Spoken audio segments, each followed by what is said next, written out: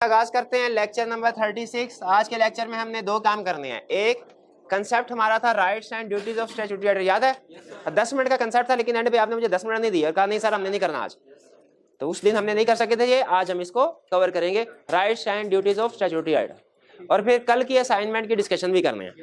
जिस दिन हमने आर्टिकल की केस स्टडी नहीं की रिटर्न फॉर्म में, उस दिन हम कुछ नहीं सीखा, कुछ नहीं सीखा। क्लास में तो मैं डिस्कस कर देता हूँ, घर जाके आपने रिटर्न फॉर्म में भी केस स्टडी कर। और आपको पता है चैप्टर 4 की जो आपको मैंने सेट दिया है, क्या उसमें हमने सारे क्वेश्चन डिस्कस कर लिए हैं क्लास में? तो जो डिस्कस नहीं किए वो आप हर रोज का कम से कम एक केस स्टडी रिटर्न फॉर्म में अटेम्प्ट कर रहे हैं। अच्छा फिर मुझसे पूछिए, मैंने ये नहीं कहा था जितना करवाऊंगा, मैंने कहा था जिस तरह मैं सोचवाऊंगा आपने उस तरह सोचना है। ये नहीं मैंने कहा था जितना करवाऊंगा उतना करना, ठीक है? वो केस स्टडी चैप्टर 4 की मैंने आपको करवा दी। अब इसके अलावा बाकी की आपको खुद भी चाहिए, एक एक दो केस स्टडी रोज के अटेम्प्ट करते जाए। सोल्यूशन में देखें, कोई प्रॉब्लम है तो पूछ लें सर ये कंसेप्ट क्या है। अच्छा ये नहीं आपने पूछना कि सर चैप्टर 4 की केस स्टडी नंबर 25 समझा दें, ऐसे नहीं पूछना। बल्कि उसमें जो इशू है कि सर वो टैक्स की लिटिगेशन अगर हो क्लाइंट के साथ पेंडिंग, तो उसमें एमसीएसओ मैटर आएगा कि की ऑर्डर मैटर आएगा? मेरे ख्याल में की ऑर्डर मैटर उसने एमसीएसओ मैटर लिखा हुआ, जरा बता। इस तरह यानी क्वेश्चन को जनरलाइज बना के पूछना है, ताकि जो स्टूडेंट वो केस स्टडी अभी उन्होंने अटेम्प्ट नहीं भी की या उनके पास इस वक्त असाइनमेंट नहीं भी है, उनके लिए भी फायदे का हो सके क्वेश्चन। समझ रहे हैं ना किस तरीके से पूछना है? जब आप ये पूछेंगे question sir case study 37 part 2 ये समझा दें, तो मुझे तो खुद अपने सामने नहीं केस स्टडी होगी, और अगर मैं समझाऊंगा भी तो बाकी स्टूडेंट थोड़ी वो असाइनमेंट हो सकता है लेके आए हो। तो क्वेश्चन पूछे जरूर जो भी आप केस स्टडी से अटेम्प्ट कर रहे हैं, लेकिन उनको आपने जनरलाइज फॉर्म में पूछना है कि सर अगर किसी केस क्वेश्चन में इस तरह हो जाए तो इसका फिर क्या इफेक्ट होगा। असाइनमेंट आज की नोट कर लें। आज की असाइनमेंट है क्वेश्चन नंबर 7, 8, 9, 10, 11 केस बुक का फाइल आपको दे दी हुई है वो सेट। प्रीवियस लेक्चर में से कोई क्वेश्चन पूछना चाहते हो असाइनमेंट के अलावा तो पूछ लें, असाइनमेंट मैंने डिस्कस करनी है जी। कंसेप्ट में कोई प्रॉब्लम है तो जी।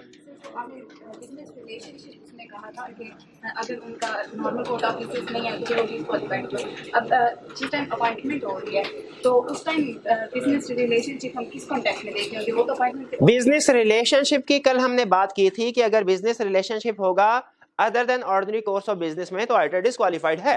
उन्होंने कहा सर जी इसको जरा बता दें बिजनेस रिलेशनशिप से क्या मुराद है। ये सुन लें। पहली चीज एक होता है प्रोफेशनल रिलेशनशिप, हम ऑडिटर हैं, ये भाई क्लाइंट है, हमारा एज ऑडिटर क्लाइंट भी तो एक रिलेशनशिप है ना। ये है प्रोफेशनल रिलेशन, ये बिजनेस रिलेशनशिप नहीं है।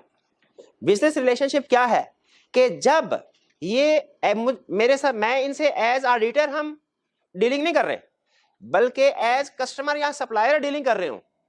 मैं जिस कंपनी का ऑडिट कर रहा हूं उसके साथ एज ऑडिटर इसके अलावा कोई भी चीज की डीलिंग कर रहा हूं, सेल परचेज की किसी भी किस्म की डीलिंग कर रहा हूं, ये बिजनेस रिलेशनशिप कहलाएगी।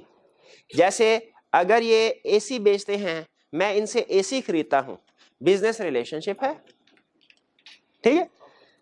या बिजनेस रिलेशनशिप क्या, मैं ये एडवाइजरी कंपनी है, ये लोगों को एडवाइस देते हैं कि किस जगह पे प्लॉट खरीदना चाहिए, और मैं इनसे एडवाइस लेता हूं कि मुझे भी बताइए किस जगह पे मुझे प्लॉट खरीदना चाहिए। ये बिजनेस रिलेशनशिप की एग्जांपल दूसरी। इसके अलावा हो सकता है कि हम दोनों ने आपस में मिलके कहीं पे जॉइंट वेंचर इन्वेस्टमेंट की हो, इकट्ठा मिलके बिजनेस कर रहे हो, मैं ऑडिटर हूं ये क्लाइंट है, हम दोनों मिलके, बात ऐसे होता है कुछ कंपनीज ऐसी होती है अपनी प्रोडक्ट सेल करती हैं और कहती है इसकी training chartered accountant firm provide करेगी। तो असल में कस्टमर्स को दोनों चीजें बेच रहे होते हैं, प्रोडक्ट भी और प्रोडक्ट की आफ्टर सेल सर्विस भी। प्रोडक्ट कंपनी सप्लाई कर रही है, after sale service firm supply कर रही है। अब अगर मिलके ये काम करें एक तरह से जॉइंट वेंचर या पार्टनरशिप है, ये भी बिजनेस रिलेशनशिप की एग्जांपल है, ठीक है? बिजनेस रिलेशनशिप की एग्जांपल क्लियर हो गई क्या?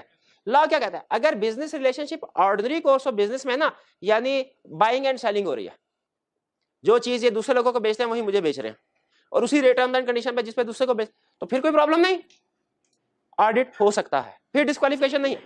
लेकिन अगर हमने मिलके जॉइंट वेंचर पार्टनरशिप स्टार्ट कर ले, अब ये तो ऑर्डिनरी कोर्स ऑफ बिजनेस नहीं है ना, ये तो ऑर्डिनरी कोर्स ऑफ बिजनेस नहीं, यहां पे फिर डिस्क्वालिफिकेशन हो जाएगी, ठीक है? यानी कंपनी जो चीज नॉर्मली हमारा क्लाइंट दूसरे लोगों को सेल कर रहा है, परचेज कर रहा है, वो ही हमारे साथ ट्रांजैक्शन कर रहा हो, रूटीन की है, फिर डिस्क्वालिफिकेशन नहीं होगी।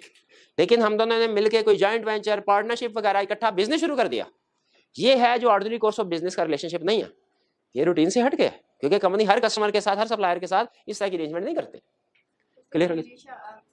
आफ्टर अपॉइंटमेंट ही होगा ये एट टाइम ऑफ अपॉइंटमेंट भी हो सकता है और आफ्टर अपॉइंटमेंट भी हमने वो आपने वो टिप पढ़ी होगी कि जितना भी क्वालिफिकेशन डिसक्वालिफिकेशन क्राइटेरिया है ये हमने एट टाइम ऑफ अपॉइंटमेंट भी फुलफिल करना है, आफ्टर अपॉइंटमेंट भी फुलफिल करना है। ठीक है, जैसे एट अपॉइंटमेंट ऑडिटर के पास शेयर्स हो सकते हैं क्लाइंट के, तो क्या करना है, डिस्क्लोज करना है, विद इन 90 डेज डिस्पोज करना है। इसी तरह अपॉइंटमेंट के बाद अगर ऑडिटर शेयर खरीदे, अपॉइंटमेंट के बाद भी पाबंदी है ना, बल्कि अपॉइंटमेंट के बाद तो ज्यादा पाबंदी हो गई, अपॉइंटमेंट के बाद तो 90 डेज की रिलैक्सेशन भी नहीं है।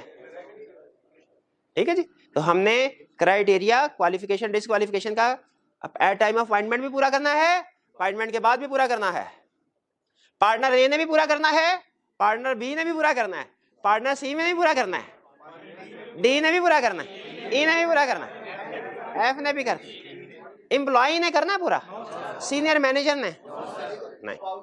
हाँ जी, और कोई क्वेश्चन? स्पाउस ने सिर्फ वो क्राइटेरिया पूरा करना है जिसमें स्पाउस का जिक्र है, सिर्फ शेयर कितने कितने कितने क्राइटेरिया में स्पाउस का जिक्र है, कौन कौन से? शेयर होल्डिंग वाले, हाँ, spouse of director is, spouse of partner is director, बिल्कुल ठीक है। और कोई क्वेश्चन? अच्छा, वैसे spouse of partner is director ये भी वही चीज है जो spouse of director is partner है।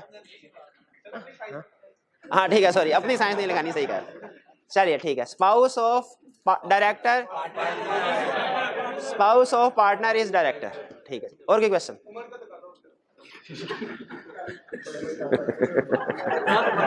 और कोई क्वेश्चन? चलिए आज के लेक्चर की तरफ चलते हैं। आज पहले ये जो छोटा सा कंसेप्ट है 8-10 मिनट का, इसको कवर कर लेते हैं, फिर इसके बाद हम केस स्टडीज की तरफ चलेंगे। कंसेप्ट है स्टैट्यूटरी ऑडिटर के राइट्स एंड ड्यूटीज। क्या स्टैट्यूटरी ऑडिटर के कुछ राइट्स हैं तो उसकी ड्यूटीज भी हैं? देखिए हर पोजीशन की कुछ ना कुछ ड्यूटीज तो जरूर होंगी और उन ड्यूटीज को पूरा करने के लिए कुछ ना कुछ उसे राइट्स भी दिए जाएंगे। ऑडिटर की ड्यूटीज क्या है? आसान वाला कंसेप्ट पहले कर लेते हैं। सबसे बड़ी ड्यूटी क्या ऑडिटर की? बस फाइनेंशियल स्टेटमेंट्स के बारे में बताना है कि वो true and fair view present करते हैं कि नहीं, सबसे बड़ी ड्यूटी। ठीक, और ये भी बताना है कि उसने जो बता रहा है फाइनेंशियल ट्रू एंड फेयर, इस कंटेक्स्ट में उसने सारी इंफॉर्मेशन ऑब्टेन कर लिया कि नहीं, ये भी रिपोर्ट में बताना। ये ड्यूटी सारी ना रिपोर्ट में आपको पता है सबसे बड़ी ड्यूटी है रिपोर्ट, तो ड्यूटीज रिपोर्ट के गिर्द ही घूमेंगी। सबसे बड़ी ड्यूटी ऑडिटर की बताना true and fair view, financial statement present कर रही है कि नहीं, और फिर ये भी ड्यूटी है कि रिपोर्ट में बताना है सारी इंफॉर्मेशन जो उसने ऑब्टेन करनी थी कर ली है कि नहीं। बताइए आपको जो सैंपल ऑडिट रिपोर्ट दी थी उसमें ये दोनों ड्यूटी पूरी हो रही हैं, और फिर financial statement true and fair के ऊपर ओपिनियन था, ये कहां बताया हुआ था कि हमने इंफॉर्मेशन जो ऑब्टेन, हाँ जी, we have obtained basis for opinion. और क्या ड्यूटी, क्या सिर्फ फाइनेंशियल स्टेटमेंट्स के बारे में बताना ड्यूटी है? अदर रिपोर्टिंग रिस्पांसिबिलिटीज भी, ये भी तो ड्यूटीज में शामिल है। और हम ये जो स्टैट्यूटरी ऑडिटर के राइट्स और ड्यूटीज पढ़ रहे हैं ये लीगल के मुताबिक पढ़ रहे हैं ना, कंपनीज एक्ट के मुताबिक, तो इसका मतलब है हम 4 ड्यूटीज का भी जिक्र करेंगे कि नहीं करेंगे? मेरे भाई बताइए कौन कौन सी ड्यूटीज थी? प्रॉपर बुक्स ऑफ अकाउंट्स, ज़कात, इन्वेस्टमेंट। क्या इन्वेस्टमेंट? भाई यहां से देख लो, ये भी वही लिखा हुआ है। Proper books of accounts company ने मेंटेन किया कि नहीं ये बताना होता है। ज़कात डिडक्ट करके डिपॉजिट करवा दिया है कि नहीं ये बताना होता है सेंट्रल ज़कात फंड में। इन्वेस्टमेंट और expenditure for the purpose of companies business है कि नहीं, डायरेक्टर पर्सनल एक्सपेंडिचर तो नहीं कर रहे कंपनी के पैसों से। और financial statement drawn up in conformity with companies act है कि नहीं, कंपनीज एक्ट का फॉर्मेट इस्तेमाल करना है बैलेंस शीट इनकम स्टेटमेंट का, ये ड्यूटीज है। ठीक है, यानी इन शॉर्ट यूं याद कर सकते हैं कि ओपिनियन देना ऑडिटर की सबसे बड़ी ड्यूटी है।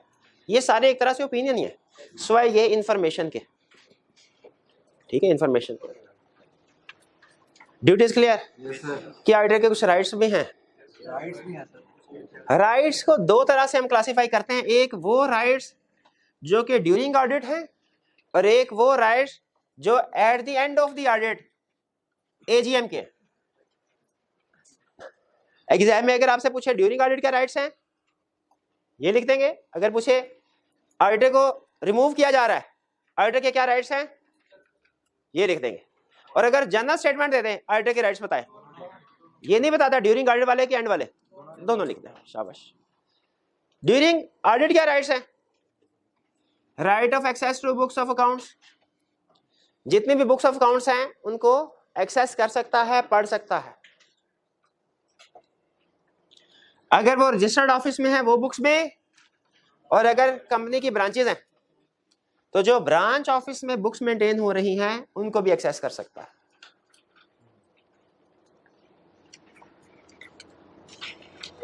सिर्फ बुक्स को एक्सेस कर सकता है। डायरेक्टर कहे सर ये ले, ये सेल्स अकाउंट है, और उसमें अगर उसे कोई अनयूअल सेल्स नजर आए उसके बारे में डायरेक्टर से पूछ सकता है। सिर्फ बुक्स को एक्सेस नहीं कर सकता बल्कि इंक्वायरी भी कर सकता है। ऑडिट से रिलेटेड कोई भी इंक्वायरी कर सकता है। किससे? एम्प्लॉइज ऑफ द कंपनी के एम्प्लॉइज से, और एम्प्लॉइज में आपको डायरेक्टर भी आ जाते हैं। और किससे? एम्प्लॉइज ऑफ सब्सिडरी से, क्योंकि कुछ ट्रांजैक्शन ऐसी होती हैं जो कि सब्सिडरी और होल्डिंग कंपनी के दरमियान में हो रही होंगी। अगर कंपनी की रिलेटेड पार्टी, अगर कंपनी की कोई सब्सिडरी है तो सब्सिडरी के एम्प्लॉय से भी इंक्वायरी कर सकता है। अदर्स होल्डिंग बुक, ये क्या चीज है? ये एक कंसेप्ट है। आपने एक टर्म कभी पढ़ी, आउटसोर्सिंग? आउटसोर्सिंग का मतलब क्या होता है भला? अपना कोई ना कोई डिपार्टमेंट शाबा की, कुछ कंपनीज ऐसी होती हैं पूरे का पूरा अकाउंट्स डिपार्टमेंट आउटसोर्स कर देती हैं। अब आपको अगर इंक्वायरी करनी है ना, एम्प्लॉइज ऑफ द कंपनी से कर सकते हैं, लेकिन फायदा कोई नहीं। क्यों? उनको कुछ नहीं पता होगा, बुक्स ऑफ अकाउंट मेंटेन कर ही नहीं रहे। तो क्या जो दूसरे लोग कंपनी की बुक्स को होल्ड कर रहे हैं, कंपनी की बुक्स को मेंटेन कर, यहां पे उसका इशारा आउटसोर्सिंग की तरफ है। क्या उनसे हम इंक्वायरी कर सकते हैं? बिल्कुल कर सकते हैं। क्लियर हुई ये बात?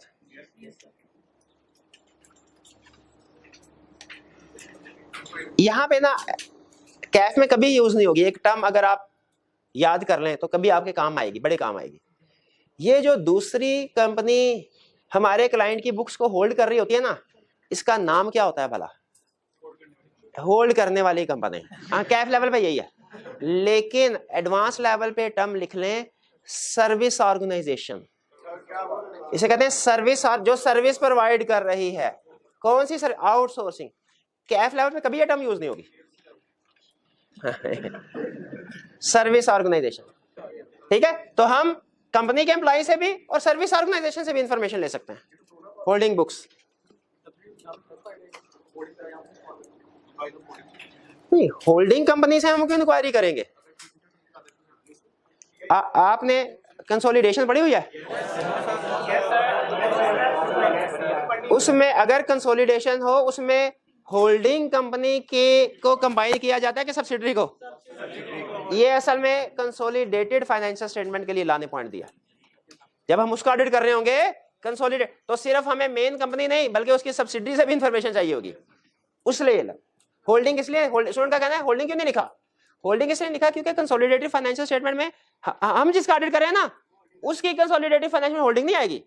हाँ, होल्डिंग की फाइनेंशियल स्टेटमेंट्स में ये सब आ जाएगी। समझ रहे? राइट्स क्या है? जनरल मीटिंग है, नोटिस रिसीव करे। अच्छा, राइट्स एंड ड्यूटीज में फर्क क्या? ड्यूटीज लाजमी करना है, राइट चाहे करें चाहे ना करें। Right to receive notice of AGM, जितनी भी मीटिंग्स होंगी उनका नोटिस ऑडिटर को जाएगा, चाहे एजीएम चाहे ईजीएम, एनुअल हो या एक्स्ट्रा, दोनों का नोटिस आएगा। राइट टू अटेंड एजीएम, चाहे तो अटेंड करे चाहे, लेकिन दो सूरतों में लाजमी हो जाता है मीटिंग अटेंड। एक मिनट है, ये भाईजान झूम रहे हैं जी। भैया बताइए किन दो केसेस में मीटिंग, जनरल मीटिंग अटेंड करना ऑडिटर के लिए लाजमी है? जब नया ऑडिटर अपॉइंट होना हो, या जब पुराने, दूसरा केस जब पुराने ने जाना हो। हाँ, जब रिप्रेजेंटेशन इन राइटिंग सबमिट कराई हो तब लाजमी है, और दूसरा जब लिस्टेड कंपनी हो। तो ऑडिटर या उसके किसी रिप्रेजेंटेटिव का जाना लाजमी है।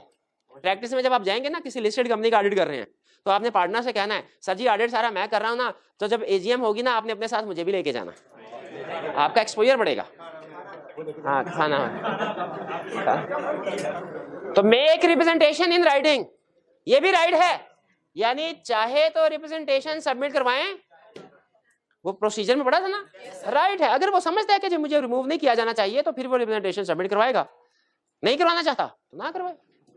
और आपको पता है इनकमिंग ऑडिटर के लिए भी जरूरी है कि अगर आउटगोइंग ऑडिटर ने रिप्रेजेंटेशन इन राइटिंग, क्यों बोला, अच्छा लाने क्यों कह के वो पढ़े, उसको पता चले कि मसला मसाइल तो क्या है।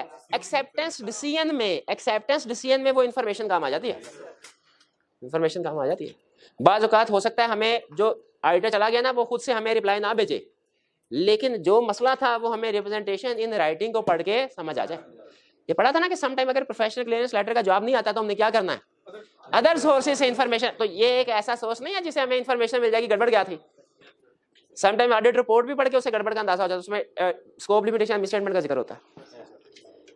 राइट्स क्लियर है, ड्यूटीज भी क्लियर, कोई इशू? जी जी दो दिन पहले ही वो दे रहा होता है ना, उसमें एजेंट से पहले, तो उससे पहले ही वो रिकमेंड हो चुका है। देखिए लॉ ने ये बताया होता है कि एट लीस्ट कुछ दिन पहले जमा कर, एट लीस्ट हो सकता है उसने उससे 2 हफ्ते पहले जमा करवा दिया, तो अगर पहले जमा करवा दिया तो वो हम उसको पढ़ देंगे। और कुछ ये जो राइट्स हैं अपॉइंटमेंट और देखें ये राइट्स हैं जो रिमूवल से रिलेटेड है, नहीं अपॉइंटमेंट वाले नहीं है। अपॉइंटमेंट वाले यूं कह लें कि जब आप ऑडिटर अपॉइंट हो जाते हैं तो ये सारे आपके राइट्स मिल जाते हैं आपको, यूं कह लें समझने के लिए कि एक तरह से ये अपॉइंटमेंट के राइट्स हैं और ये रिमूवल के राइट्स हैं, समझने के लिए। लेकिन असल में जो लॉ ने हेडिंग दी है ना वो ये दी है कि ये है rights with respect to information और ये है rights with respect to general matter. और कोई क्वेश्चन? चलिए अब जी जी ड्यूटीज में इंटरनल कंट्रोल को सेस करने नहीं आएगी। ना ये कहना गलत है कि हमारी ड्यूटी नहीं है।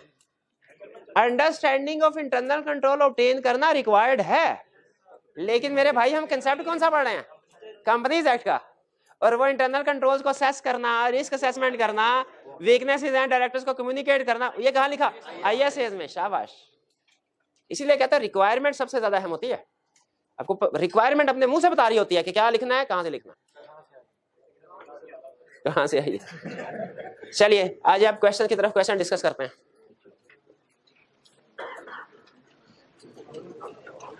अच्छा ये मैं इरेज कर दूं, ये राइट्स एंड ड्यूटीज आपने नोट कर लिया ना सारा कुछ? हाँ कोई तस्वीर वगैरह आपने लेनी है तो ले ले, वरना मैं इसको इरेज कर दूंगा। अभी लाइट ऑन कर दीजिएगा सर जी ताकि पिक्चर वगैरह लेना।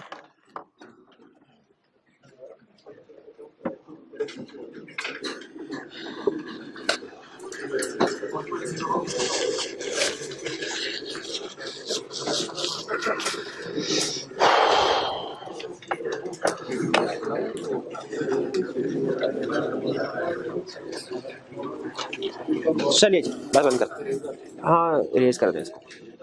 अब अटेंटिव हो जाइए, केस स्टडीज को डिस्कस कर रहे हैं और केस स्टडी में कोई भी कंसेप्ट टेस्ट कर सकता है क्वालिफिकेशन डिस्क्वालिफिकेशन का। मुझे पहले मैदान में उतरने से पहले मैं देख लूं कि आर्मी तैयार है कि नहीं मेरी। क्या हमें डिस्क्वालिफिकेशन की लिस्ट याद है? yes, क्या हमें ये याद है कि किस लाइन में कौन सा रिलेटिव कवर हो रहा है? yes, क्या हमें ये याद है कि किस लाइन में कौन सा कंपनी कवर हो रहा है? एसोसिएटेड कंपनी कहाँ कवर होता है? पहली वाली डिस्क्वालिफिकेशन में शेयर होल्डिंग, और होल्डिंग सब्सिडरी कहाँ कवर होता है? पहली के अलावा बाकी सब। बिल्कुल ठीक है, चलिए आइए स्टार्ट करते हैं। अभी नहीं, ठीक है। केस स्टडी 2 हम कल कर चुके, ये आपकी परसों वाली होम असाइनमेंट है। Analyse the following independent situations. Independent का मतलब हर एक का अलग-अलग आंसर करना with reference to qualification of statutory order. ये आप मुझे बताइए, ये रिपोर्ट का क्वेश्चन है लीगल रिक्वायरमेंट का कि एथिकल रिक्वायरमेंट का? जी हाँ शाबाश, स्टैट्यूटरी का वर्ड, स्टैट्यूटरी का मतलब ही होता है रिक्वायर्ड बाय लॉ, तो ये लीगल रिक्वायरमेंट्स का क्वेश्चन है। शाबाश। पहला, mister Zakir Ali a practising chartered accountant has been offered appointment in Hira limited as external auditor.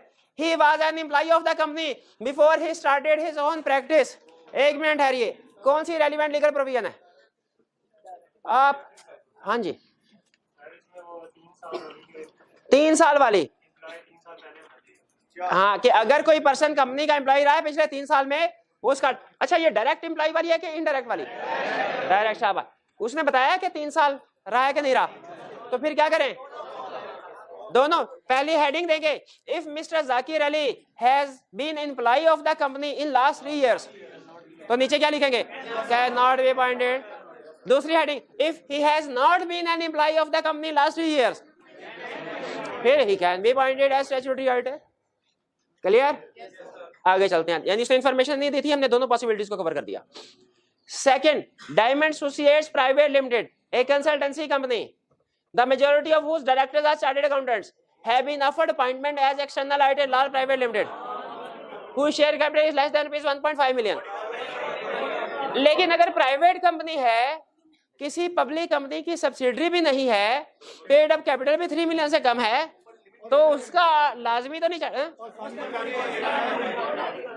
भाई। एक क्वालिफिकेशन क्राइटेरिया में पास है, उसमें हम कमेंट नहीं कर रहे, हम तो इसे डिसक्वालिफिकेशन में लेके जा रहे हैं कि एक बॉडी कॉर्पोरेट डिसक्वालिफाइड है, ऑडिटर अपॉइंट नहीं हो सकते। जी एंड वाले भाई जो रो रहे हैं, भैया मुझे ये बताइए कैसे पता चला कि ये बॉडी कॉर्पोरेट है? लफज लिमिटेड से। शाबाश, बॉडी कॉर्पोरेट है और कंपनी की शक्ल में आप ऑडिट नहीं कर सकते। क्लियर हो गया? ये सेकंड में कोई प्रॉब्लम तो नहीं है। अब आ जाएं, miss Fatima Khan, a practising chartered accountant, has been offered appointment in Neelam limited as external auditor. She was an employ of the company's director 2 months before the offer. Appoint 2 महीने पहले एम्प्लॉय थी, 3 साल पूरे नहीं हुए।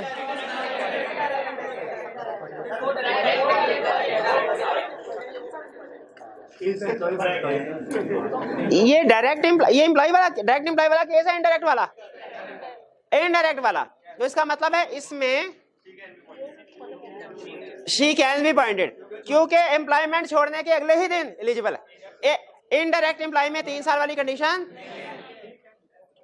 She can be appointed because क्यों? Reason क्या है? She is no more an employ of company. But ठीक है, चलो आगे चलते हैं। 4, एंड वाले भाई अंगड़ाइयां ले रहे हैं जो। प्यारे भाई मुझे बताइए, आपको नजर आ रहा है ये? हैं? आप कोई बात नहीं, ये ले। अब अभी जादू देखिएगा, अभी जादू देखिए, ये देखिए अब नजर आना शुरू हो गया। जो चीजें पहले आपको नजर नहीं आ रही थी अब नजर आना शुरू। Mister Farid Hussain is a partner of Farid and company chartered accountants. Audit कर ही नहीं सकते, कंपनी है। अच्छा, नाम है, लफ्ज कंपनी से नहीं फर्क पड़ता, लिमिटेड से। चले ठीक है। The firm has been offered appointment in Firoza limited as external auditor. Son of mister Farid hold shares of Firoza limited.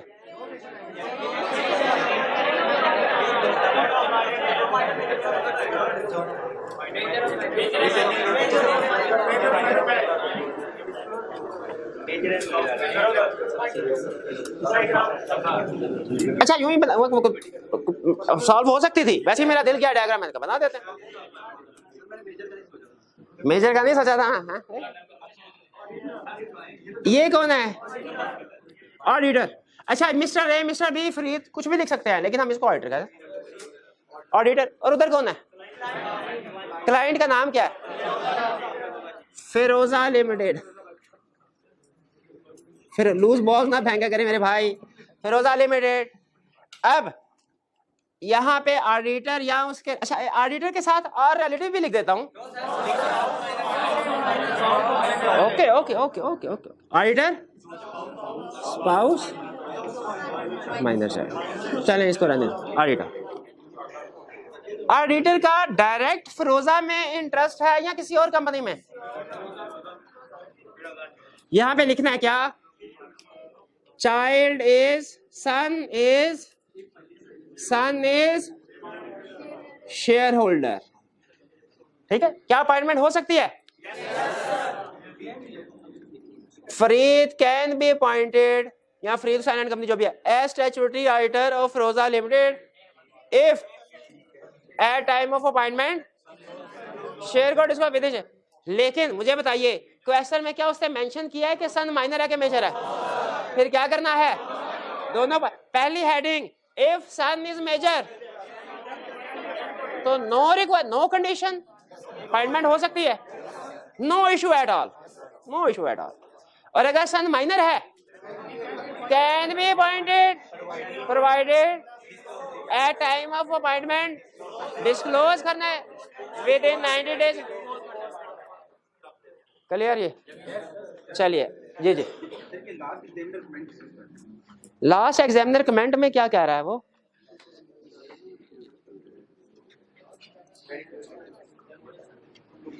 कह रहा है कि जी अगर मेजर है सन तो फिर कोई मसला नहीं है, माइनर है तो फिर अपॉइंटमेंट एक्सेप्ट नहीं कर सकता। आगे पूरा सोल्यूशन तो नहीं है ना, unless at time appointment disclose करे विद इन 90 डेज। असल में कुछ चीजें होती हैं वो आपको बताना जरूरी नहीं होता, आपने इशू उठा दिया। वो लाइन ये बोलता है law A can not be appointed, mister A can not B appointment unless discloses. एक लाइन ये है, ठीक है। ये मैं इसलिए कभी आप फ्यूचर में जिस जगह पे भी आप जाएंगे टीचिंग में या किसी भी और जगह पे, तो आपको कम्युनिकेशन पता होनी चाहिए। फर्क क्या होता है, जो ज्यादा सीनियर लोग किस तरीके से लिखते हैं और हाँ ये दूसरा क्या है, ए कैन बी अपॉइंटेड इफ हे। अच्छा पहले मुझे बताइए दोनों की मीनिंग में कोई फर्क है? कोई फर्क नहीं है ना, मीनिंग में तो कोई फर्क नहीं है, सेंटेंस स्ट्रक्चर में फर्क है। क्या फर्क है भला? ये ऊपर वाला ना समझना भी मुश्किल है, याद करना भी मुश्किल। ये सिंपल एग्जांपल दिया मैंने आपको, लेकिन इसे भी आपको अंदाजा हो जाएगा। ये सेंटेंस समझना भी मुश्किल है, इसको याद करना भी मुश्किल है, और अगर लिखते हुए आपने गलती कर दी, इसमें गलती का चांस भी ज्यादा है। इसमें जो ICAP की बुक है नॉर्मली कोई भी, मैं अपनी ऑडिट की बुक नहीं, कोई भी आप खुद देख लें, इस लैंग्वेज में लिखी होगी। अब हम ICAP को ये तो नहीं कह सकते गलत, ये तो नहीं कह सकते, ऑडिटिंग स्टैंडर्ड भी इसी लैंग्वेज में लिखे होते हैं, ठीक है। एक मैं जैसा बताया, मैं बात करता कुछ कोर्सेज वगैरह अटेंड कर रहा था। एक कोर्स मैंने अटेंड किया, उसमें उसने बताया कि आपने कभी दो काम नहीं करने। अगर आप चाहते हैं ना आपके मैसेज इजीली दूसरों तक पहुंचे, कम्युनिकेट और उनको याद रहे, दो काम नहीं करने। एक उसने कहा आपको जो स्कूल कॉलेज लेवल पे पैसिव वॉइस सेंटेंस सिखाया जाता है ना, आपने अपनी कम्युनिकेशन में कभी इस्तेमाल नहीं करना, कभी नहीं करना। हत्तुल इम्कान अवॉइड करें पैसिव वॉइस सेंटेंस को, वो आपके बिला वजह मुश्किल बना देगा। और दूसरा, नेगेटिव सेंस में कभी मैसेज कम्युनिकेट ना करें। असल में इसमें फर्क पता क्या है आपको? सिर्फ ये लगा इसमें दो नेगेटिव इस्तेमाल हुए हैं, दो नेगेटिव को हमने नेगेटिव काट के एक पॉजिटिव कर दिया। पॉजिटिव मैसेज जहन में रहना, याद करना, लिखना आसान होता है। अब असल में हमारी जब बुक ड्राफ्ट कर रहे होते हैं, एक फार्मूला होता है किताब का, उसको सिर्फ समरी कर दें, ICAP जो कोई भी चीज है उसको सिर्फ समरी कर दें। लेकिन हमारी कोशिश होती है थोड़ी सी एक्स्ट्रा मेहनत करके समरी के साथ साथ उसकी लैंग्वेज को भी कन्वर्ट। ये बड़ा मुश्किल काम है, सेंटेंस को आसान करना बड़ा मुश्किल काम है। इसमें आपको अंदाजा नहीं है कि कितनी सोचते कि किस तरीके से करें। एक एक सेंटेंस को 4-5 दफा लिखना पड़ता है, फिर कंपैरिजन करना पड़ता है कौन सा इजी होगा, इजी टू रिमेंबर, उसको फिर छापना पड़ता है। ये बहरहाल चलें, है इसको छोड़े। हाँ तो नहीं, ये मकसद नहीं था। तो उसमें भी उसने यही लिखा हुआ है एग्जामिनर कमेंट्स में कि he can not be appointed, और अगली बात नहीं लिखी अनलेस, क्योंकि वो कमेंट्स थे, सोल्यूशन थोड़ी था पूरा। आप कंफ्यूज हो गए कि उसने तो लिखा पॉइंट हो, सर ने क्या कहा कि पॉइंट हो सकते हैं, तो ये तो दोनों अपोजिट हो गए, कौन सही है कौन गलत। तो असल में उसने बात कंप्लीट नहीं की। कंप्लीट बात करता तो उसका मतलब ही वही होता जो हमने लिखा है, ठीक है। लेकिन फिर भी उसकी बात मुश्किल होती, क्यों? उसने वो नेगेटिव सेंटेंस यूज किया, ठीक है। क्यों यूज कर? क्योंकि उनकी टेंशन नहीं है ना, आपको पढ़ाना किसने है, उस्ताद ने। आपको समझ आ रही है कि नहीं आ रही, किसकी टेंशन है? उस्ताद की। उस टीचर अगर आपको कोई भी, मैं अपनी बात नहीं, कोई भी टीचर आपको कोई चीज बताता है, आपको समझ नहीं, टेंशन आपको उसी से पूछेंगे ना। तो मुझे पता है अगर मैंने एक चीज इजी करके आपको, आपने 10 दफा मेरे से पूछनी है और मुझे 10 दफा एक्सप्लेन करनी पड़ेगी, तो मैं पहले यहाँ कलम ना तो हमें ही पड़ेगा, तो पहले ही करके तो ठीक है। उनको टेंशन कोई नहीं है। किताब बनाने वाले, अब मैं क्या मुनासिब नहीं लगता वो प्रोफेशनल बॉडी के ऊपर कमेंट करना, जो भी काम है, हाँ जी, नहीं छोड़े उसको, हमें जरूरत भी नहीं है। लेकिन उनको इससे टेंशन नहीं। उन्होंने कहा भाई बात गलत है, वो हमसे पूछना भाई गलत बात है, नहीं गलत बात, तो ठीक है, फिर गलत नहीं है तो ठीक है, दे दो उसको। समझ आते हैं नहीं आती है उनको कोई, और छोड़े वो बड़े अंदर। हर जगह पे ना पॉलिटिक्स भी बड़ी चलती है। मैं कमेंट नहीं कर रहा क्या क्या में चलती है कि नहीं, मैं ये नहीं कर रहा, मैं एक जनरल स्टेटमेंट दे रहा हूँ। बहुत से डिसीजंस ऐसे होते हैं जिनकी बहुत सी हिडन बेसिस भी होती हैं। हाँ नहीं, छोड़े उसको, आगे चलते, आगे चल जाए। अच्छा चले चले चले। अब वो आपने ये आई कैप का ऑफिशियल नहीं, लेकिन वैसे सीनियर किसी एक बंदे से बात हो रही थी मेरी, उसका भी अपना अंदाजा ही था, कंफर्म नहीं है। असल में जो पाकिस्तानी होते हैं ना, उनको कॉपी पेस्ट की बड़ी आदत होती है, ठीक है, और इसलिए मजबूर है। मतलब जब ये वो पीछे आप इमाइल वुल्फ वाला उन्होंने क्या ना, तो मुझे पर्सनली ये बड़ा फील होता था कि यार पाकिस्तान में कोई ऐसा बंदा नहीं है जो सीए के स्टूडेंट्स के लिए, पाकिस्तान के स्टूडेंट्स के लिए किताब लिख सके, बाहर के बंदों को से लिखवाए। इसका मतलब क्या है? पाकिस्तानी सारे फारिग हैं, उनमें इतना टैलेंट नहीं है कि किताब ही लिख सके। तो इसके ऊपर थोड़ा इशू था। तो मुझे किसी से गपशप ऐसे हो रही थी, तो उन्होंने कहा कि जी एक रिस्क ये होता है कि किसी पाकिस्तानी टीचर को दे देना तो वो कॉपी पेस्ट कर देते हैं इधर उधर से, और अगर इधर उधर से उन्होंने कॉपी कर दिया और बाद में जो ओरिजिनल ऑथर है उसने इंस्टीट्यूट के खिलाफ केस कर दिया, तो हमारी रेपुटेशन बड़ी इफेक्ट होगी। ठीक है कि जी ये देखिए कॉपी करके। तो इसलिए हम थोड़े से, हालांकि पैसे भी ज्यादा खर्च कर लेते हैं, लेकिन हम इस रिस्क को कवर कर लेते हैं कि जेन्युइन। अब जाहिर है उन्होंने अपना रिस्क कवर कर लिया, लेकिन उसके बाद जो उधर गोरा बैठा हुआ है जिसने किताब ली, उसने क्या पाकिस्तानी, देखिए पाकिस्तानी स्टूडेंट की वोकैबुलरी, उसका कल्चर, उसका एक्सपीरियंस, एनवायरनमेंट वो डिफरेंट है उस बच्चे से जो यूके में बैठा है, उसकी वोकैबुलरी डिफरेंट है। हमारी मादरी ज़बान नहीं है इंग्लिश, उसके लिए शायद एक सेंटेंस पढ़ के उसने कभी सोचा भी ना हो ये आसान है कि मुश्किल है। हमें जैसे हम उर्दू पढ़ते हैं, हमारी उर्दू में रीडिंग पावर कितनी है, तो उसी तरह गोरों को भी होती है, वो पढ़ ले कोई प्रॉब्लम नहीं होती, हमें प्रॉब्लम होती है। लेकिन बहरहाल वो और भी बहुत से, पर हम उस तरफ नहीं जाते, चले छोड़े उसको। लेकिन आप कभी कोशिश करें कि हाँ कभी कोई भी काम करें ना, कॉपी पेस्ट भी करें, लेकिन पता ना चलने दे ये कॉपी पेस्ट है। कम अज कम इतना को तो चेंज कर देना। अब मैं क्या बताऊं, मैं कुछ बुक्स ऐसी भी देखता हूं पाकिस्तानी ऑथर की है, फॉरेन ऑथर की एग्जैक्ट कॉपी, सिर्फ क्या किया है, वो डेविड था उधर उसको दाऊद कर दिया, बस ये ला, हाँ वो हैरी था उधर उसको हारिस कर दिया। हाँ आप ही चलें, अच्छा चलें ठीक है, चल बहरहाल चलें, आपने टाइम ज़ाया कर दिया, इसमें 2 केस स्टडीज हो जानी थी। इसके बाद चलते हैं हम अपने next concept, next case study जो कल दी थी आपको।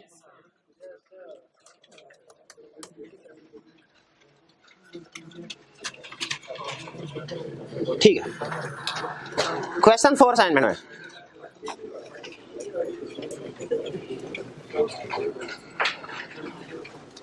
सबसे पहले क्या करना है, क्या क्वेश्चन को देख के आपको पता चल रहा है केस स्टडी है। Requirement, in each case specify the minimum condition specified by companies act 2017 which should be fulfilled in order to accept the audit engagement। क्या सोए हुए ना जगाऊं इनको, तो थोड़ा नीचे, अच्छा नजर दे आपको, no problem no problem no problem, ये अभी देख भाई हाजिर। In each case specify the minimum condition specified by company 2017 which should be fulfilled in order to accept the audit engagement।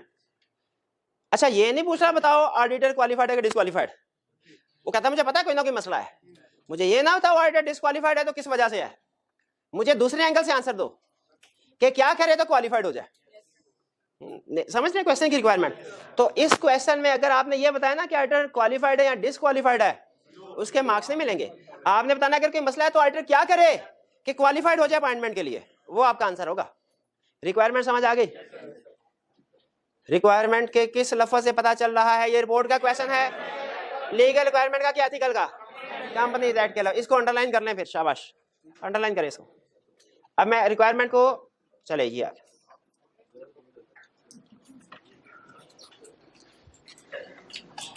the following 3 entities have approached Alpha and Company Chartered Accountants the firm for appointment as their statutory auditors. In each case there are following issues which need to be considered before the firm decide to accept the assignment। ये issues हैं, पहला issue, safe bank limited पहला client है हमारा, bank है। Issue, the firm has acquired office equipment from the bank under finance lease arrangements.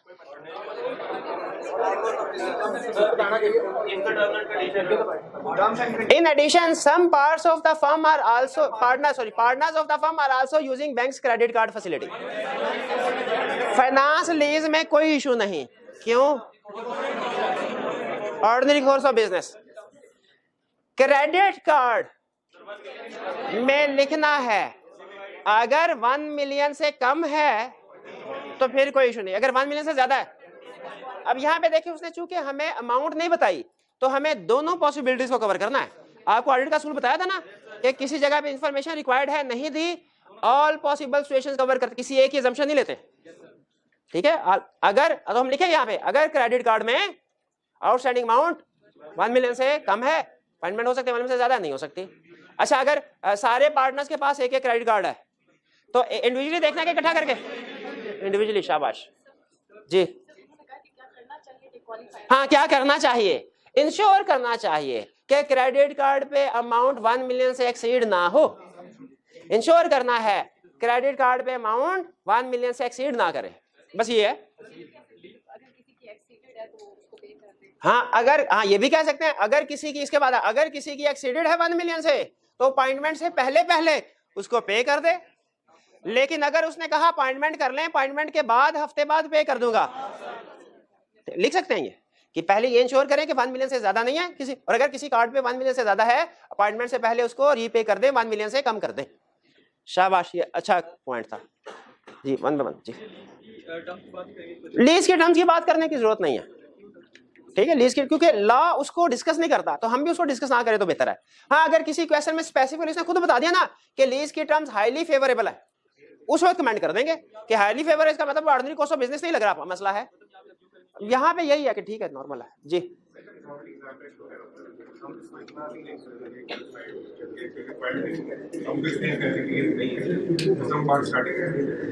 अगर exam pressure में या किसी वजह से आप उसको कंप्लीट प्रॉपर आंसर ना लिख सके, ठीक है, एक्सप्लेन कर दें। देखिए उसमें अगर आपने रिक्वायरमेंट्स के मुताबिक एक्सप्लेन किया है ना तो आपके बुलेट्स फॉर्म में भी आंसर दिया तो समटाइम चल जाता है। वो डिपेंड करता है सोल्यूशन क्वेश्चन कौन सा है, लेकिन नॉर्मली बुलेट पैराग्राफ फॉर्म में ना भी आंसर करें, बुलेट फॉर्म में, लेकिन कंप्लीट सेंटेंस फॉर्म हो, सेंटेंस कंप्लीट हो। सिर्फ ये लिख देंगे क्वालिफाइड, वो नहीं, और सिर्फ अपॉइंटेड, ये नहीं, सेंटेंस पूरा होना चाहिए जिसमें नाउन भी होता है, वह भी पूरा अपने आप में एक मीनिंग दे रहा होता है, उस तरह लिखे तो चल जाएगा। Second, client pride communication limited PCL issue, one of the firm's partner had remained the director of PCL for many years as a nominee of federal government। जैसे ही नॉमिनी का लफ्ज आ गया, रटा याद क्या, नॉमिनी डायरेक्टर से एसोसिएटेड कंपनी नहीं बनती, नॉमिनी डायरेक्टर ऑडिटर भी नहीं बन, वो एम्प्लॉय होता है ना, 3 साल की कंडीशन है उसके लिए, नॉमिनी डायरेक्टर है, ऑडिटर नहीं बन सकता। हाँ, अगर छोड़ दे 3 साल बाद फिर बन सकता है। नॉमिनी डायरेक्टर क्यों नहीं ऑडिटर बन सकता, ये क्यों कहा मैंने, एम्प्लॉय है ना वो, तो 3 साल की कंडीशन। उसने क्वेश्चन में क्या ये, अच्छा नॉमिनी डायरेक्टर, क्या 2 कंपनीज हैं इस क्वेश्चन में, एक ही, इसका मतलब है एसोसिएटेड वाला कंसेप्ट तो नहीं आएगा नॉमिनी की वजह से, एम्प्लॉय वाला आएगा, समझ रहे हैं ना। क्या ये डायरेक्टर डिस्क्वालिफाइड है? यस, डिस्क्वालिफिकेशन में लिखा हुआ, लेकिन 3 साल तक, 3 साल लिखा है कि नहीं, फॉर मैनी ईयर्स लिखा है। कुछ स्टूडेंट का ख्याल है सर मैनी ईयर्स जो है ये 3 साल से ज्यादा ही होते हैं, कुछ स्टूडेंट कहते हैं हाँ मैनी ईयर्स तक रहा है, हैड रिमेन्ड रहा था, अभी नहीं है, इससे एग्री करते हैं, लेकिन कब छोड़ा ये नहीं बताया। दोनों केसेस, अगर वो पिछले 3 साल में एम्प्लॉय रहा है, डायरेक्टर रहा है, फिर अपॉइंटमेंट नहीं हो सकती, अगर 3 साल में डायरेक्टर नहीं रहा फिर हो सकती है, इसमें कोई इशू। जहां पे नॉमिनी आ जाए ना वो फौरन आपके जेहन में, हाँ इसमें लिखते हैं कि इंश्योर किया जाएगा कि ये पार्टनर के अगर 3 साल गुजर गए हैं तो इसको पार्टनर बनाया जा सकता है, क्योंकि लीगल रिक्वायरमेंट सारे पार्टनर्स पे अप्लाई होती है ना। तो इसको अगर फर्म का पार्टनर बना देंगे तो फर्म पीसीएल का ऑडिट कर सकती है कि नहीं? हम कहेंगे इंश्योर किया जाएगा कि अगर 3 साल गुजर गए फिर इसको पार्टनर बनाया जाए, अगर अभी 3 साल नहीं गुजरे तो इसको पार्टनर नहीं बनाना, इसको पार्टनर नहीं बनाना, मैनेजर बना के रख लें, सीनियर मैनेजर बना के रख लें। पार्टनर है तो फिर हम डिस्क्वालीफाइड, फिर ऑडिट नहीं कर सकते। नहीं, रिमूव क्यों करना पड़ेगा? अभी तो बेचारे को बना, क्या कह रहा है, पार्टनर बन गया। हाँ, अगर फिर आपको फैसला करना पड़ेगा ना कि ऑडिट करना रखना है कि पार्टनर को रखना है, क्लाइंट को रखना है कि पार्टनर को, फैसला करना पड़ेगा। थर्ड, क्लाइंट गैमा लिमिटेड है। Issue, partner of the firm hold shares in beta limited which is associated company of gamma limited.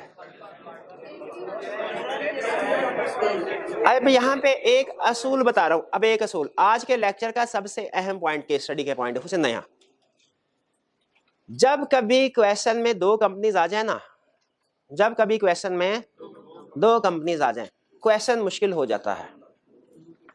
जब कभी क्वेश्चन में 2 कंपनीज आ जाए, क्वेश्चन मुश्किल हो जाता है। हमने उस क्वेश्चन को सिंप्लीफाई करना है। सिंप्लीफाई कैसे करना है? स्ट्रक्चर बना के। और जब कभी क्वेश्चन में 2 कंपनीज आ जाएं, आपने हमेशा ये स्ट्रक्चर बनाना है।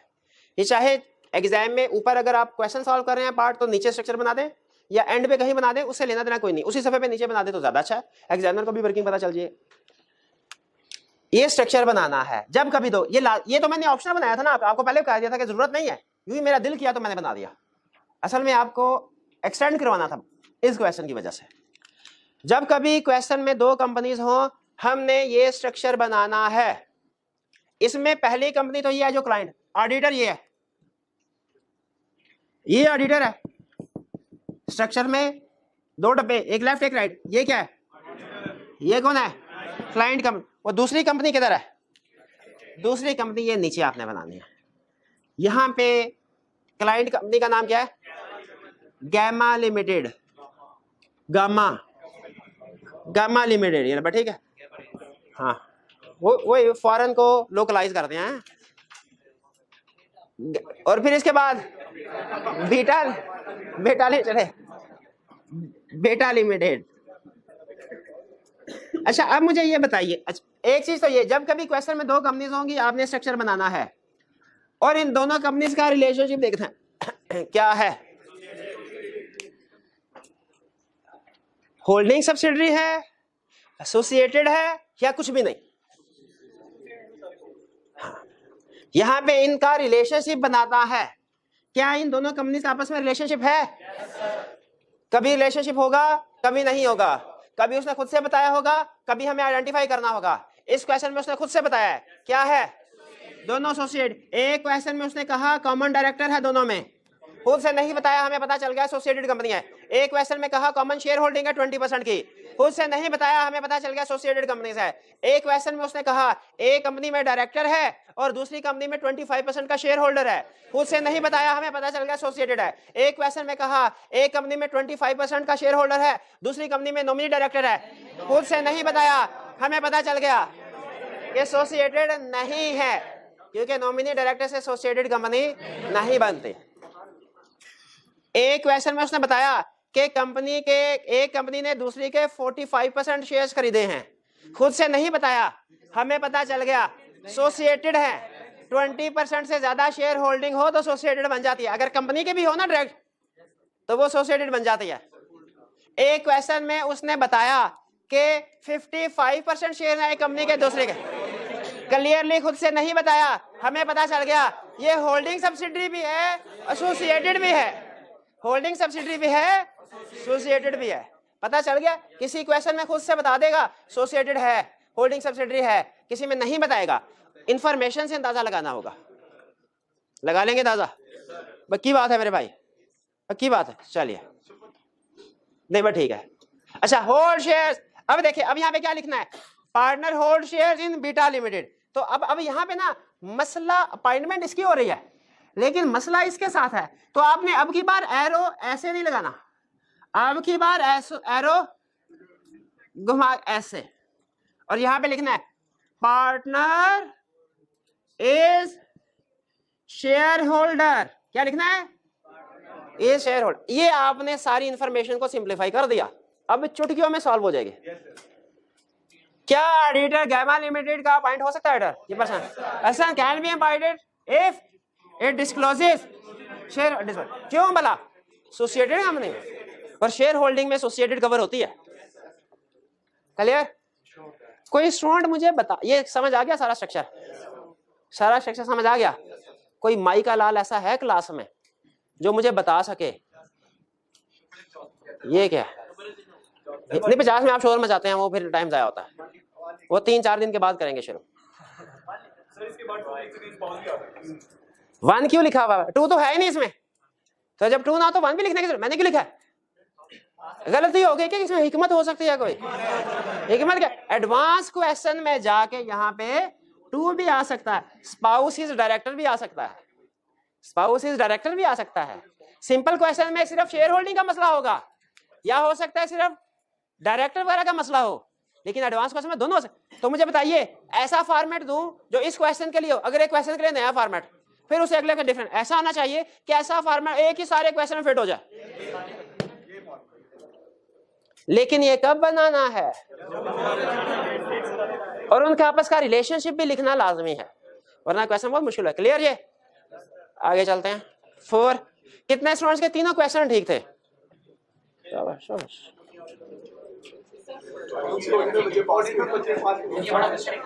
हाँ बड़ा क्वेश्चन, आस्ते आस्ते बताएंगे आपको क्यों पास नहीं होते बच्चे। क्वेश्चन 5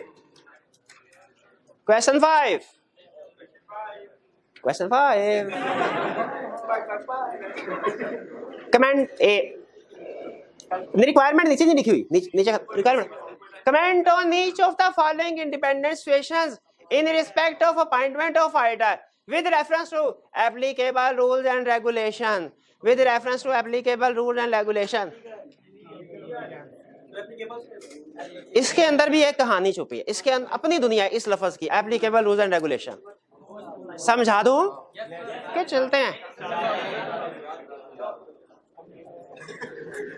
अच्छा देख ले, मैं बाज औकात ना कुछ लफ्जों में कंसेप्ट छुपे होते हैं, तो मेरी कोशिश होती है अगर किसी में कंसेप्ट एक लफ्ज को खोल के समझाऊं, आप उसको याद भी रखते हैं कि नहीं रखते? एप्लीकेबल रूल्स एंड रेगुलेशन का मतलब क्या है? जो अप्लाई होता है। शाबाश, जो अप्लाई होता है उसके मुताबिक आंसर कर दो। अब गौर से सुनिएगा, यानी मतलब क्या हुआ? अगर इस सिचुएशन पे कंपनीज एक्ट अप्लाई होता है तो कंपनीज एक्ट अप्लाई कर दो, अगर इसके ऊपर कोड ऑफ एथिक्स अप्लाई होता है कोड ऑफ एथिक्स अप्लाई कर दो। एप्लीकेबल रूल्स एंड रेगुलेशन का मतलब क्या है? ये तो मैं पता चल गया ना अपॉइंटमेंट ऑफ ऑडिटर किया, और अपॉइंटमेंट ऑफ ऑडिटर का मसला या तो लीगल रिक्वायरमेंट्स में है या ये तो पता चल गया हमें। अब दोनों में से सिलेक्शन करनी है। बहुत से स्टूडेंट क्वेश्चन में इस वजह से भी फिर 8-10 नंबर लूज कर जाते हैं, वो ये डिसाइड, हालांकि पता लीगल रिक्वायरमेंट्स का भी होता है, एथिक्स का भी होता है, लेकिन ये नहीं डिसाइड कर पाते कि हमने लीगल रिक्वायरमेंट्स के मुताबिक आंसर करना है कि एथिकल के मुताबिक करना है। सिचुएशन पे अप्लाई लीगल रिक्वायरमेंट्स हो रहे होते हैं, वो कोड ऑफ एथिक्स छाप देते हैं, क्वेश्चन में कोड ऑफ एथिक्स छापना, लीगल रिक्वायरमेंट्स लिख देते हैं। तो इसीलिए रिक्वायरमेंट सबसे अहम होती है पेपर में। एप्लीकेबल रूल्स एंड रेगुलेशन का मतलब क्या है? जो अप्लाई होता है। अगर लीगल रिक्वायरमेंट्स अप्लाई होती है तो उस सिचुएशन को लीगल रिक्वायरमेंट्स के मुताबिक सॉल्व करो। अगर एथिकल रिक्वायरमेंट्स अप्लाई होती है तो आप थोड़ी देर के लिए एग्जामिनर बने, स्टूडेंट बनकर नहीं, एग्जामिनर बनकर सोचना है। आपने 4-5 आपको ये तो पता चल गया होगा 4-5 पार्ट्स होते हैं नॉर्मली। आप क्या करेंगे? 4-5 पार्ट्स बनाएं, सारे के सारे सिर्फ कंपनीज एक्ट के बनाएंगे, सारे के सारे कोड ऑफ एथिक्स से बनाएंगे, मे भी ये भी बनाएं, या मिक्स बनाएंगे, क्योंकि मिक्स में स्टूडेंट गलती कर सकता है। कोई कोड ऑफ एथिक्स के मुताबिक होगा, कोई कंपनीज एक्ट के मुताबिक होगा, मिक्स वाला ज्यादा मुश्किल है। एग्जामिनर भी यही करता है, जिस अटेम्प्ट में उसने पेपर आसान बनाना हो कहता बताओ कंपनीज एक्ट के मुताबिक इसका क्या जवाब होगा, कोड ऑफ एथिक्स के मुताबिक बताओ इसका क्या जवाब होगा, और जिसमें मुश्किल करना हो थोड़ा एप्लीकेबल रूल्स एंड, इसका मतलब क्या है? हर सिचुएशन का अलग-अलग डिसाइड करना है। अगर उस कंपनीज एक्ट में डिस्कस हुई है सिचुएशन, कंपनीज एक्ट अप्लाई करो, उसके मुताबिक जवाब दो। कोड ऑफ एथिक्स में डिस्कस हुई है वो सिचुएशन, कोड ऑफ एथिक्स के मुताबिक। लेकिन कहानी यहां पे नहीं खत्म होती, ट्विस्ट है। कुछ सिचुएशन ऐसे भी हैं जो दोनों जगह डिस्कस हुई हैं, कुछ सिचुएशन ऐसे भी हैं जो दोनों जगह डिस्कस हुई हैं। इनमें क्या करना है? प्रेफर करना है कंपनीज एक्ट को। स्टूडेंट कहेगा सर मैं दोनों को मुताबिक ही जवाब दे दूं। मैंने कहा नहीं, प्रेफर करना है कंपनीज एक्ट को। स्टूडेंट ने कहा सर सिचुएशन दोनों जगह डिस्कस हुई है तो प्रैक्टिस में तो दोनों को फॉलो करते हैं, मैं दोनों के मुताबिक आंसर कर दूं। मैंने कहा नहीं, कंपनीज प्रेफर करना है कंपनीज एक्ट को। स्टूडेंट ने कहा सर कोड ऑफ एथिक्स के मुताबिक, नहीं, मैंने कहा प्रेफर करना है, अगर कोई सिचुएशन दोनों जगह पे डिस्कस हुई है तो कंपनीज एक्ट को प्रेफर करना। ठीक है भैया, बात समझ आई? अब इसका मतलब है हमें हर सिचुएशन में देखना पड़ेगा कि ये कंपनीज एक्ट अप्लाई हो रहा है कि code of ethics. Company act apply हो रहा है तो कंपनीज एक्ट के मुताबिक, कोड ऑफ एथिक्स अप्लाई हो रहा है तो कोड ऑफ एथिक्स के मुताबिक, दोनों अप्लाई हो रहा है तो कंपनी एक्ट को प्रेफर करना है उसके मुताबिक। सिर्फ एक ही लिखना आंसर, कोड ऑफ एथिक्स को नहीं करना। लेकिन आप तो थोड़ी सी अकल लगा के पहचान गए होंगे कि सारी सिचुएशन कंपनीज एक्ट की है, पढ़ाई कंपनीज एक्ट है, तो सवाल सेलेक्ट करते हुए मैंने देखा होगा। लेकिन हो सकता है इसमें एक सिचुएशन ऐसी हो कोड ऑफ एथिक्स की। स्टार्ट करते हैं, लेकिन टाइम हो गया खत्म, कल कर लेते हैं, बिल्कुल कल कर लेते हैं। असाइनमेंट आपने ये भी करके आनी है और ये भी। अब शुरू में डिस्कशन करते हुए ना मेरी स्पीड थोड़ी स्लो होगी, लेकिन आहिस्ता आहिस्ता फिर जब मैं देखूंगा कि आपका लेवल भी थोड़ा बढ़ रहा है, आप चीजों को अब क्वेश्चन को जल्दी समझना शुरू हो गए हैं, तो फिर मैं सिर्फ क्वेश्चन के जो बड़े बड़े मसले होंगे ना उनको डिस्कस करूंगा, छोटे छोटे ज़बानी कलामी डिस्कस कर लेंगे, बड़ों बड़ों को फिर मैं यहाँ पे। ये स्ट्रक्चर बहुत काम आने वाला है आपके, स्ट्रक्चर बहुत काम आने वाला है आपके। आज का लेक्चर यहाँ पे खत्म करते हैं हम। अल्लाह हाफिज।